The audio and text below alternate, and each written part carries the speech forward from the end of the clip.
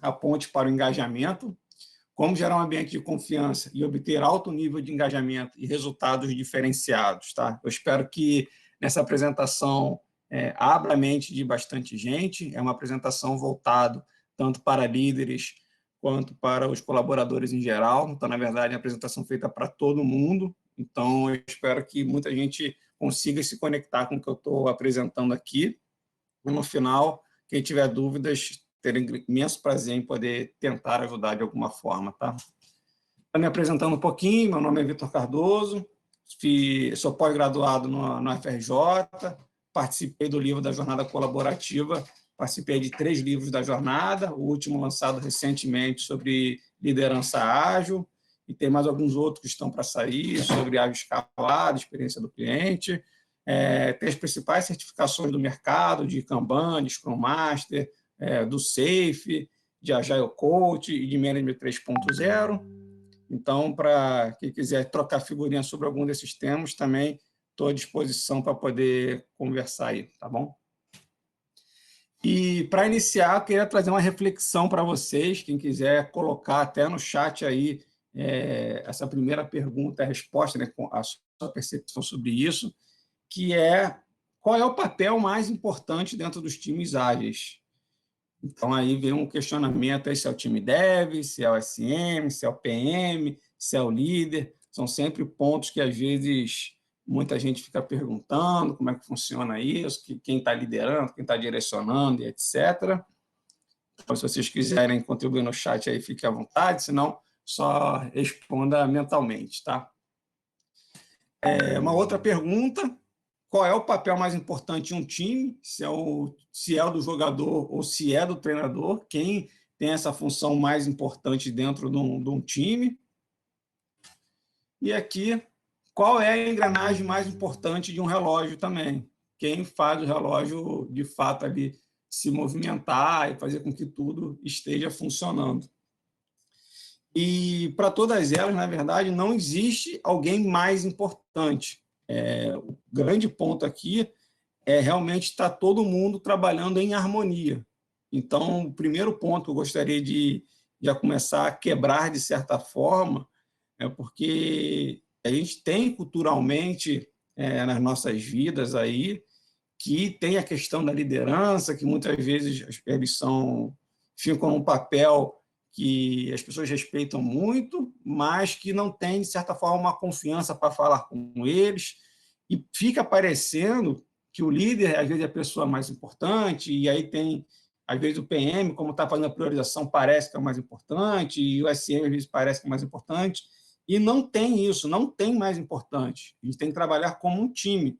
Não existe um time, por exemplo, de futebol que tem um jogador mais importante. Quando acontece isso, a gente já viu em alguns casos passados, a gente perde. Vamos jogar todo mundo em função de um cara, a gente perde. Então, quando a gente começa a trabalhar de forma como um time e acaba com essa questão do mais importante, a gente vê que a união e a colaboração é o que vai fazer esse resultado ser diferenciado, a gente começa a ter uma performance muito melhor. Então, essa é a primeira reflexão que eu gostaria de deixar aqui. E uma segunda reflexão que acaba acontecendo de uma forma naturalmente, eu fiz boa parte da minha carreira com formação de liderança dentro da Globo, e eu sempre tentei trabalhar muito próximo do time. Antes mesmo de ser líder, eu trabalhava juntamente com o time, e a gente sempre batia muito papo, conversava com todo mundo, sempre tive um bom relacionamento com todo mundo.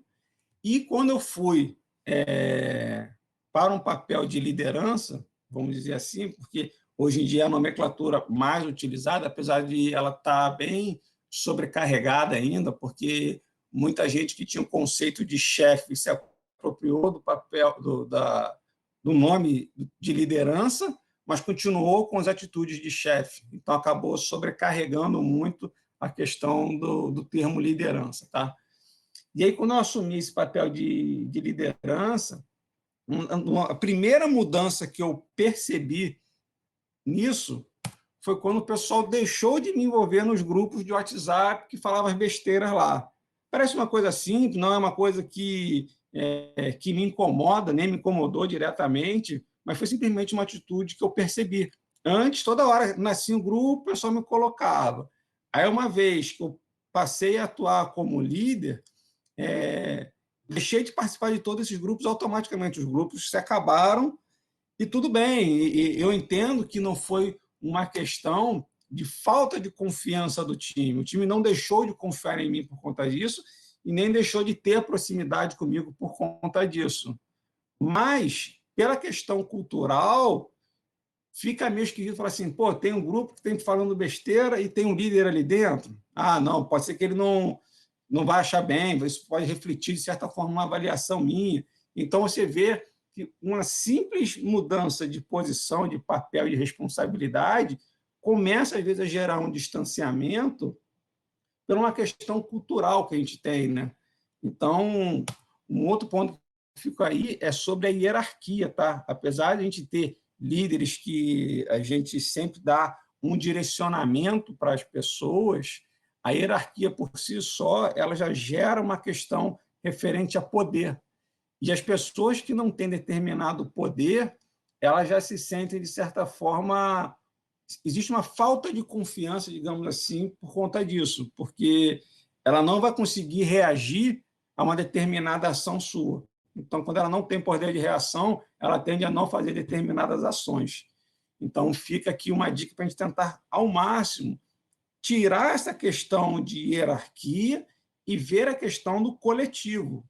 O líder está ali com uma função X de poder ajudar a direcionar o time está ali com a função X de poder desenvolver e entregar o que foi combinado. Então, assim, estamos todo mundo junto. Se o líder não trabalha bem, o time afunda. Se o time não trabalha bem, o líder afunda. Então, assim, o líder, de certa forma, faz parte do time também. Estamos todos com o mesmo objetivo de poder entregar o que a gente precisa para a área de negócio e para os nossos clientes, tá? E aí, falando sobre a questão da confiança, que é uma questão que eu gosto muito aqui, ela é uma via de mão dupla. Então, é super importante que os líderes confiem nos seus funcionários, os funcionários confiem nos seus líderes. E aí vem, que time vai confiar no gestor que a cada segundo fica perguntando o que o time está fazendo? O que isso vai gerar de efeito para o time? Vai falar, pô, ele está cobrando aqui de 5 em 5 segundos, ele não está confiando no meu trabalho. Então, isso não me parece ser uma coisa tão saudável numa visão de confiança. Que time que vai ter confiança no gestor se ela não tem abertura para poder conversar com o gestor? Então, a via de mão dupla, o gestor tem que se tornar disponível para poder ouvir aquilo ali, para poder ouvir as necessidades dos times. Então, você vê que assim, tem que ter dos dois lados a transparência para que o diálogo possa ocorrer de forma natural. A liderança tem que confiar no trabalho do time e o time tem que confiar que a liderança estará fazendo o melhor possível para que aquelas pessoas se desenvolvam.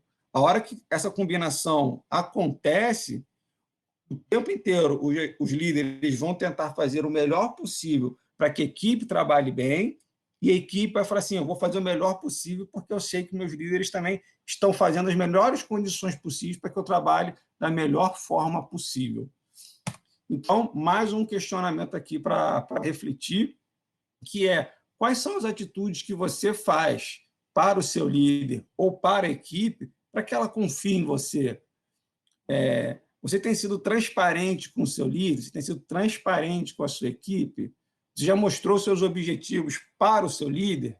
Você já mostrou seus objetivos para a equipe? Então, você vê que o tempo inteiro tem que acontecer dos dois lados. A via é de mão dupla. Então, assim, tenha transparência para falar com o líder. Se o líder é mais fechado, etc., chama ele para conversar e fala, cara, eu não estou tendo abertura para falar com vocês. A gente tem sempre um receio muito grande, às vezes, de ser mandado embora porque eu falei determinada coisa para o meu líder. É lógico que tudo que vai ser dito tem que ser dito com respeito, com uma boa comunicação. Então, não pode ser grosseiro, mas tenha abertura para o seu líder para falar com ele, porque eu trabalho muito na linha, se você chegou ao seu líder ou para qualquer pessoa para tentar sugerir alguma coisa, minimamente você tem a intenção que aquilo tudo vai melhorar para todo mundo, para o coletivo. Então, só essa atitude, por mais que ela vá para frente ou não, já é uma atitude extremamente nobre, que tem que ser muito valorizada. Então, incentive isso, líder na equipe, e equipe, procure seu líder de forma transparente, fale o que precisa para eles. Os líderes também não conseguem ver tudo o que está acontecendo com todo mundo. Tem equipes que são muito grandes. Então, quanto mais a comunicação fluir para ambos os lados, maior vai ser a sinergia entre vocês, maior vai ser a confiança, maior vai ser a união e maior a probabilidade de tudo dar certo. E se não der certo, tudo bem, a gente aprendeu junto e vamos trabalhar junto para que na próxima vez consiga melhorar ainda mais. Então, um ponto que eu trago aqui também, que é muita questão, às vezes, do time e o indivíduo, né? É importante que todo mundo tenha as ações, que tenha um senso de coletividade. E aqui eu trago dois pensamentos. O objetivo tem que ser claro o suficiente para que ninguém do time pensar em fazer algo apenas para ressaltar o seu próprio status ego. Isso diminuiria a capacidade de alcançar objetivos coletivos e todos vão sair perdendo. Então, assim, é importante que todo o time tenha um objetivo claro da onde o time tem que chegar. Uma vez que isso está claro, o comprometimento do time, ninguém vai ficar querendo defender apenas o seu lado. Vai começar a defender o time, trabalhar com união, porque se ele entregou a parte dele e o outro não entregou a outra parte, não atingiu o objetivo igual. Então, a colaboração começa a aumentar. E um pensamento que tem do Patrick Lencioni, imagine o treinador no intervalo, numa partida, chamar cada um para conversar individualmente, sem que nenhum deles saiba o que foi falado para o outro. Isso não é um time, é um coletivo de indivíduos. Então, mais uma vez, a transparência é fundamental para que todo mundo saiba para onde está indo. Não adianta eu falar com cada um, armar uma jogada com cada um separadamente e chegar no campo e achar que vai tudo dar certo. Então, vamos fazer a comunicação transparente, a comunicação fluir, para que a gente tenha um melhor retorno para todo mundo. E aqui, um pouquinho sobre o que era confiança, né? Confiança é o sentimento de quem confia, de quem acredita na sinceridade de algo ou de alguém. Crença na retidão moral, no caráter e na lealdade de uma outra pessoa. Crença em si mesmo, em suas próprias qualidades, tinha confiança ao cantar, disposição ou tendência para ver tudo do lado bom, esperança, demonstração de familiaridade, de informalidade, de intimidade. E aqui tem um pensamento do Marco Fabosi, que ele é autor do livro O Fator Confiança. A confiança é como um ar que respiramos. Quando está presente, quase ninguém percebe, mas quando falta, todos sofrem. Então, mais uma vez aqui reforçando a importância da gente conseguir cultivar esse ambiente, que é um ambiente de esperança, um ambiente de união e de colaboração. E aí vem um outro fator que eu resolvi, eu penso desta forma, tá? Que eu tenho a questão da confiança e tenho o fator de desconfiança. Eu tenho um momento que eu posso não confiar em ninguém, mas eu também não gero essa desconfiança nele. Simplesmente eu tenho um momento neutro de confiança. Eu, particularmente, eu sempre procuro confiar muito nas pessoas. É lógico que, quando a gente acabou de conhecer, meu nível de confiança não é o mais alto possível, mas eu tenho um nível de confiança muito alto nas pessoas. Eu acredito que todo mundo vem com um propósito de vida de fazer o melhor. Não consegue, assim, eu não consigo pensar muito bem uma pessoa que só veio para fazer o mal. Até as pessoas que normalmente fazem as coisas que são incorretas, se você talvez for conversar com essas pessoas, entender o motivo dela estar pensando assim, talvez você vá ponderar determinadas atitudes dela, porque ela tem uma experiência de vida completamente diferente da sua. Então, a questão da confiança e de entender tudo o que está acontecendo é um fator determinante. E aí vem um ponto que é um ponto muito chave, que é de 0 a 10 o quanto você confia em si mesmo. Então, se quiserem responder no chat também, pode responder. E a gente conseguiu reparar na minha literatura que eu tive investigando que muita gente que normalmente tem um pensamento negativo, que nada vai dar certo, e que as coisas não vão progredir, etc., ela normalmente ela tem um nível de autoconfiança muito baixo, e isso ela espelha nas outras pessoas também. Então, se eu não estou confiando em mim, como é que eu posso confiar em você? Eu só começo a ter confiança em outras pessoas a partir do momento que eu tenho uma autoconfiança em mim mesmo. Tá? E muita gente, quando eu pergunto assim, pô, de 0 a 10, o quanto você confia em si mesmo, o quanto você é íntegro com você mesmo, com seus princípios, com seus valores, com seus ideais, e a grande maioria vai responder que é 10, e é normal pensar que é 10, etc. Mas começa a vir as outras reflexões, a gente começar a ponderar, a gente vai ver que a gente não é, às vezes, tão 10 quanto a gente imagina que é. Às vezes, cara, quantas vezes você, sei lá, passa pelo acostamento, faz uma bandalha, assiste um filme que não poderia assistir, baixa um livro que não poderia ser baixado, ou, o vizinho baixou o livro, que é um pirata, vou lá, vou assistir com ele, quem baixou foi ele, não tem problema. Tudo isso aí impacta nos nossos valores. Então, traz uma reflexão, às vezes, cara, beleza, se eu quero botar todo mundo no 10, deixa eu tentar chegar próximo dele também. Então, preciso, às vezes, entender que a confiança não é sempre 100% em todo mundo, às vezes, vai acabar cometendo uma falha, né?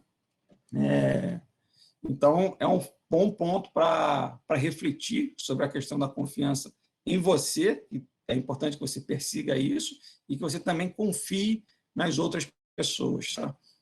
E aqui tem um pensamento do Jordan, do Management 3.0, que é para criar um ambiente de trabalho orientado à confiança antes de ser orientado a resultado.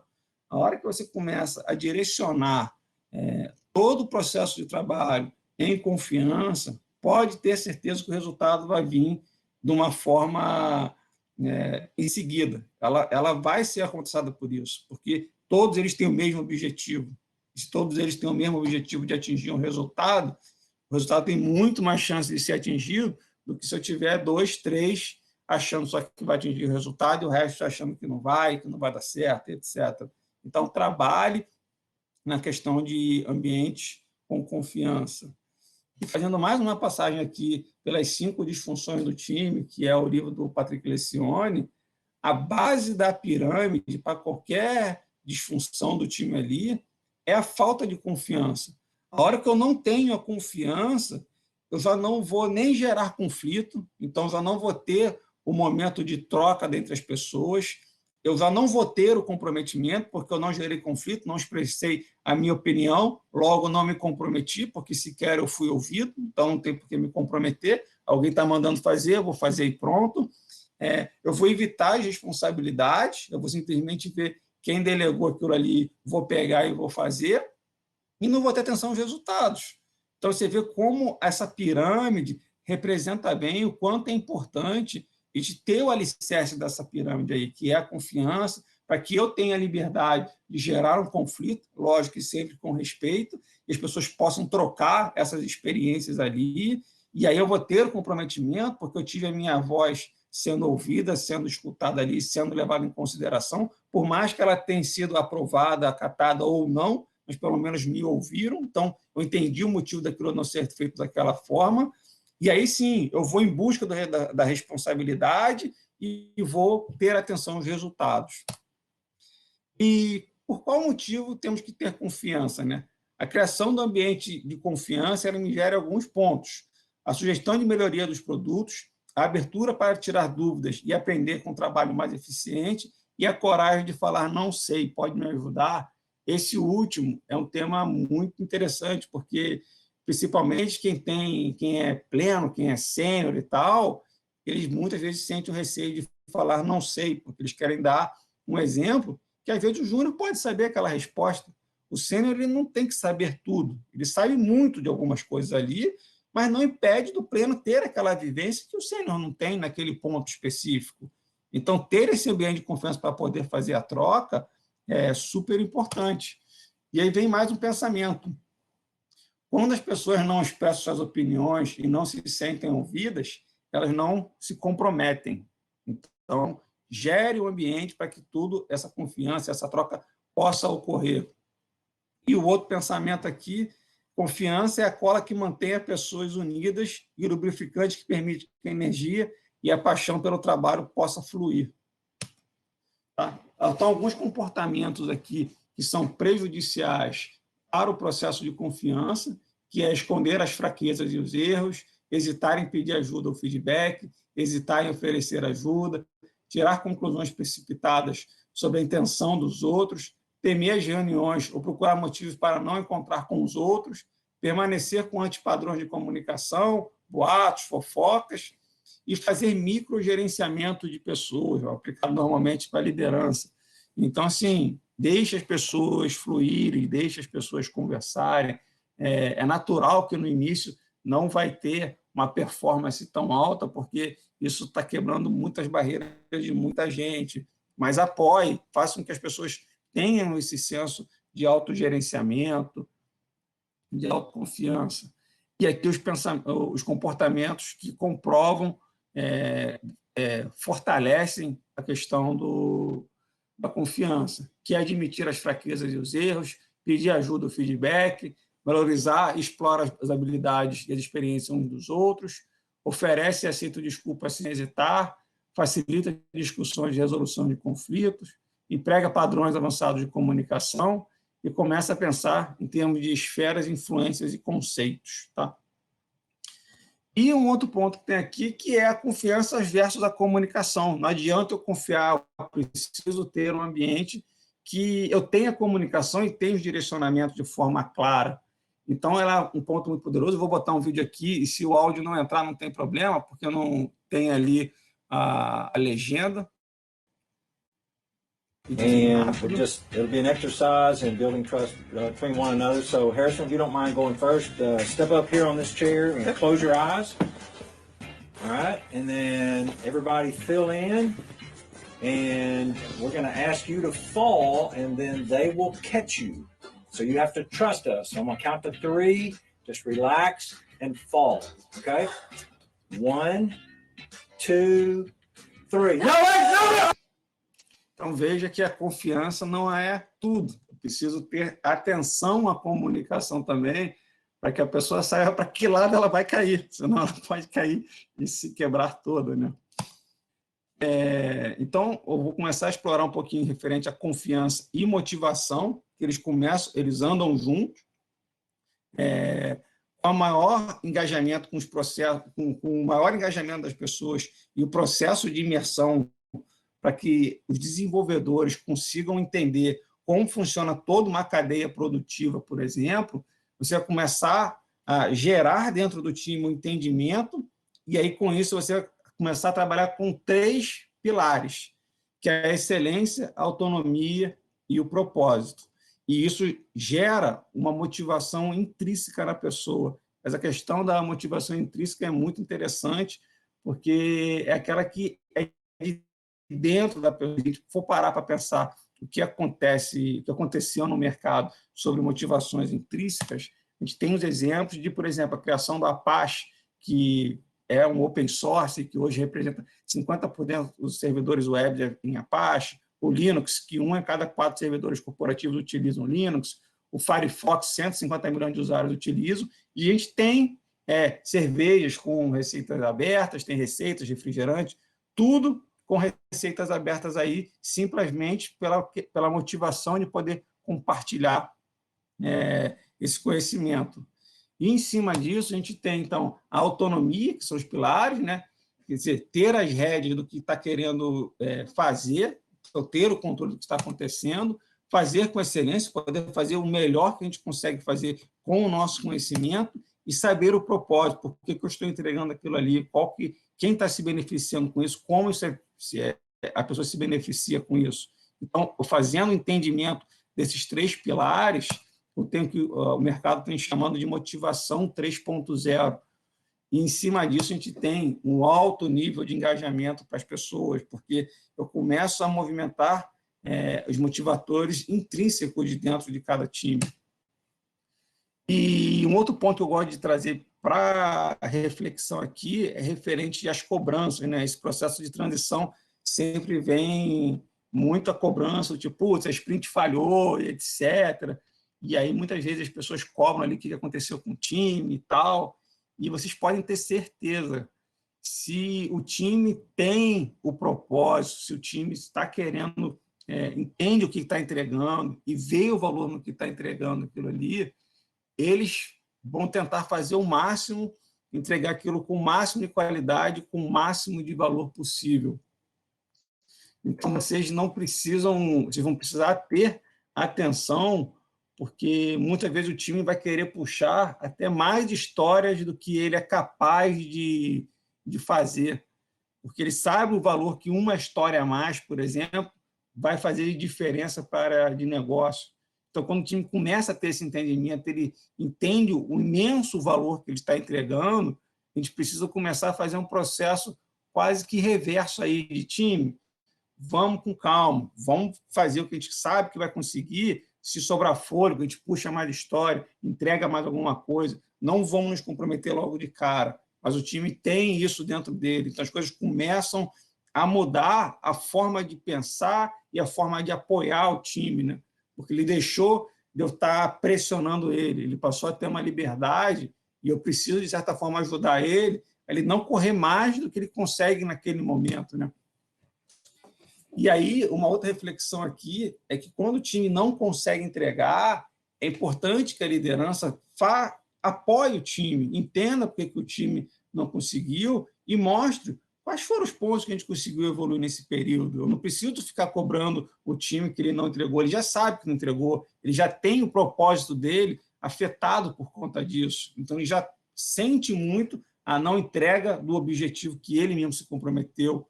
É como uma partida de futebol, o time perdeu, ele não conseguiu vencer aquele obstáculo. Então, é importante que a liderança consiga apoiar ele nesse momento.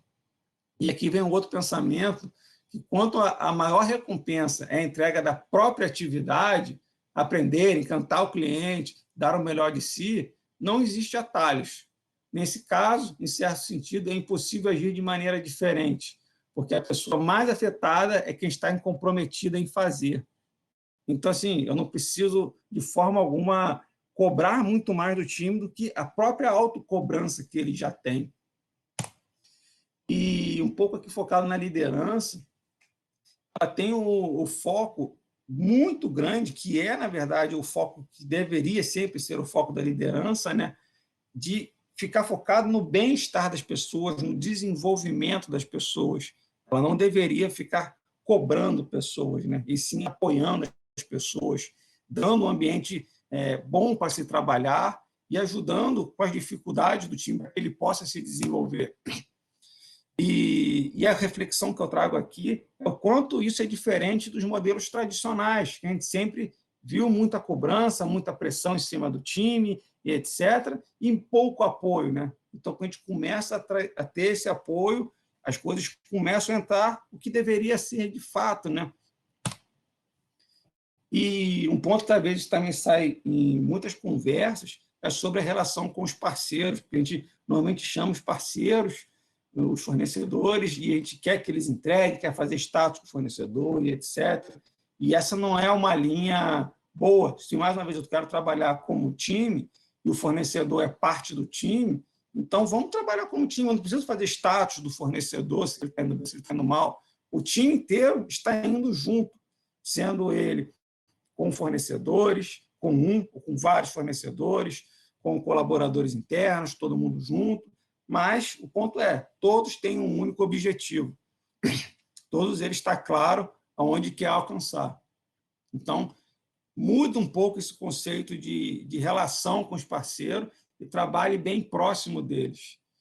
E crie também um momento de descompressão do time. Ficar o tempo inteiro cobrando, é preciso aliviar esses momentos. Então, como teve na palestra da Tamires e da Marina, existe um momento dentro da empresa que são os hackathons, momento que a gente deixa aberto ali para as pessoas pensarem o que quiser, estudar uma tecnologia nova, desenvolver uma coisa nova. Então, crie um ambiente de descompressão de tempo em tempo, de 3 em 3 meses, a prática que a gente utiliza aqui.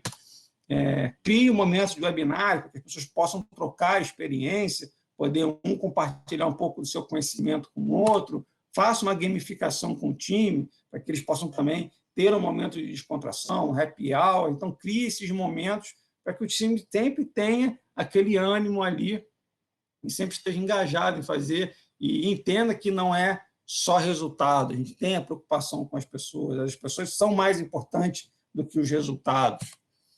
E iniciar essa jornada não é fácil, essa transformação toda é uma transformação super complicada. A gente falando, ela é bem fluida, a gente sabe que existe uma mudança de conceito, de cultura nisso tudo, né? Então, um grande ponto é ter uma atenção especial ao processo de seleção, de formação, de substituição de pessoas do time. Foque nas pessoas ali, veja o soft skill das pessoas. É lógico que o hard skill é importante, mas hoje em dia a gente fala muito de colaboração, de confiança. Então, assim, o foco tem que ser muito grande em soft skill, quem está procurando realocação, etc. Desenvolva isso, desenvolva o seu poder de comunicação, o seu poder de colaboração, o seu poder de ajudar as pessoas de volta, de cooperação. E para quem está chegando nas empresas, é bom sempre ter um bom processo de onboard, para que ela possa entender rápido como funciona isso, o time ter uma forma de apoiar essas pessoas no processo de como é o ritmo de trabalho da empresa, cada squad, cada área tem uma forma diferente, então cria um processo fluido para que essas pessoas se sintam bem, e de 15 em 15 dias, ou depois dos primeiros 15 dias, pelo menos, veja se a pessoa que chegou, se ela está confortável, se ela não está, se ela tem que, se a gente pode melhorar alguma coisa no processo de onboard. Tá? E aqui alguns dos efeitos colaterais em cima da confiança, que é a reciprocidade, a colaboração, o respeito, o encantar, a união. Isso tudo a gente consegue juntar esses elos com a confiança. E as motivações que a gente tem em cima disso é a colaboração, o reconhecimento, o treinamento e a capacitação são motivadores que ajudam as pessoas a terem um processo maior ali de confiança, terem quem se esperar, ter líderes inspiradores, então isso é super importante, porque tem uma referência na frente, e as metas alinhadas com a empresa. E aqui, para ir finalizando, algumas dicas aí, umas dicas de ouro, que é o feedback frequente, os líderes que têm maior reconhecimento no mercado, os 15 gestores com maior reconhecimento no mercado, são gestores que normalmente têm feedback com frequência. Sem querer, se quer ter proximidade, comece a desconstruir a hierarquia, sempre trate todos com respeito, e a priorização, a prioridade da liderança deve ser sempre o time. Então, foco total em pessoas. Tem que ter tempo na agenda da liderança para as pessoas. O líder tem que estar disponível para as pessoas. E o último pensamento aqui, mais do que tecnologia na organização possui, o conhecimento é a chave para agregar mais valor. Enquanto no século XX os ativos mais importantes numa organização era equipamento de produção, neste século são seus colaboradores. Então, no final, tem 3 referências de livro, para quem quiser se aprofundar no assunto. Recomendo fortemente o Fator Confiança para todo mundo, é um livro fantástico esse. E aqui tem um pouquinho do que eu penso, que é mais confiança, menos contratos. Então, vamos confiar mais nas pessoas e tentar fazer menos contratos. Vamos nos alinhar mais. Então, está aqui meu LinkedIn, para quem quiser tirar alguma dúvida.